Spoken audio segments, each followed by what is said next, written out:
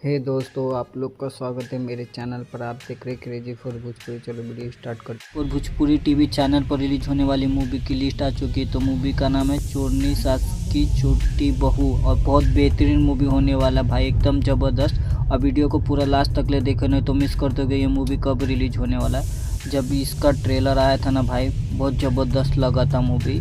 और इसके star cast में रजन आने वाली रिक्शा जीती और बहुत बेहतरीन मूवी है। और ऐसा ही अपडेट पाने के लिए मेरे चैनल को सब्सक्राइब करके रखो। भोजपुरी का हर खबर सबसे पहले मेरे चैनल पर आता।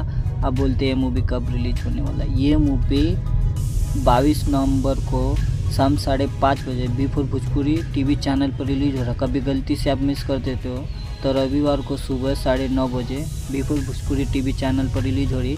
अब वीडियो अच्छी लगी तो लाइक करें, शेयर करें, सब्सक्राइब करें। मिलता है नई वीडियो में, धन्यवाद। और कमेंट करके बोलिएगा रिचा जिससे कि ये मूवी आप लोग को कैसी लगी।